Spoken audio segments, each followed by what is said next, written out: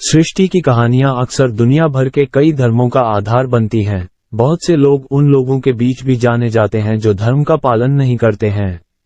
अन्य अस्पष्ट और असामान्य हैं, जो जटिल नैतिक और आध्यात्मिक विवादों को समझाने के लिए कहानी कहने की मजबूत तकनीकों का उपयोग करते हैं। सृजन की कहानी की लोकप्रियता के बावजूद वे सभी एक ही चीज की व्याख्या करना चाहते हैं, हम और जो कुछ भी हम देखते हैं वह कहां से आया और क्यों।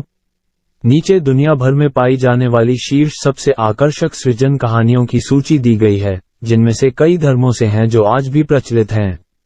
इन पौराणिक कथाओं की कई भिन्नताएं और पुनरावृत्तियां हैं, इसलिए सामग्री स्रोत से स्रोत में भिन्न हो सकती है। प्रोटो इंडो यूरोपियंस के पास विभिन्न सृजन मिथक थे, लेकिन अधिकांश में ओम्बला नाम की मूल गाय से एक विशाल भोजन शामिल था। ymir सृजन से पहले अराजकता का अवतार है। नॉर्स पौराणिक कथाओं में वह पहले व्यक्ति थे जो थोर या ओडिन जैसे अन्य प्रसिद्ध नॉर्डिक देवताओं की तुलना में बहुत जल्दी पहुंचे।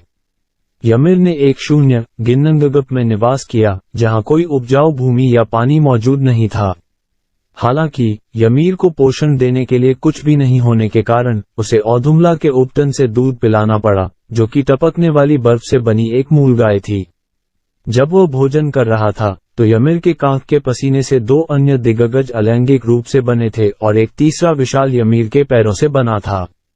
औधुमला आदिम गाय एक नमक चाट द्वारा खिलाया गया था, जिसमें बुरी पुराने नॉर्स भगवान का पहला था। जैसे ही उसने चाटा, बुरी मुक्त हो गई और बुरी ने फिर एक बेटा पैदा किया। बरी के बेटे बोर ने ymir के वंशज बेस्टला के साथ विवाह किया। बोर और बेस्टला के मिलन से ओल्ड नॉर्स देवताओं के प्रमुख ओडिन का निर्माण हुआ। ओडिन संतान पैदा करने की ymir की क्षमता से नाखुश थे और उन्होंने ymir को अलग करने का फैसला किया। ymir का शरीर के अंग तब ब्रह्मांड बनाने वाले पदार्थ बन गए। गुमनाम नॉर्स कविताओं के अनाम संग्रह पोएटिक एड्डा में ग्रिमिनिस्मल या song of the hooded one शामिल है, जो कलात्मक रूप से ymir के निधन का वर्णन करता है।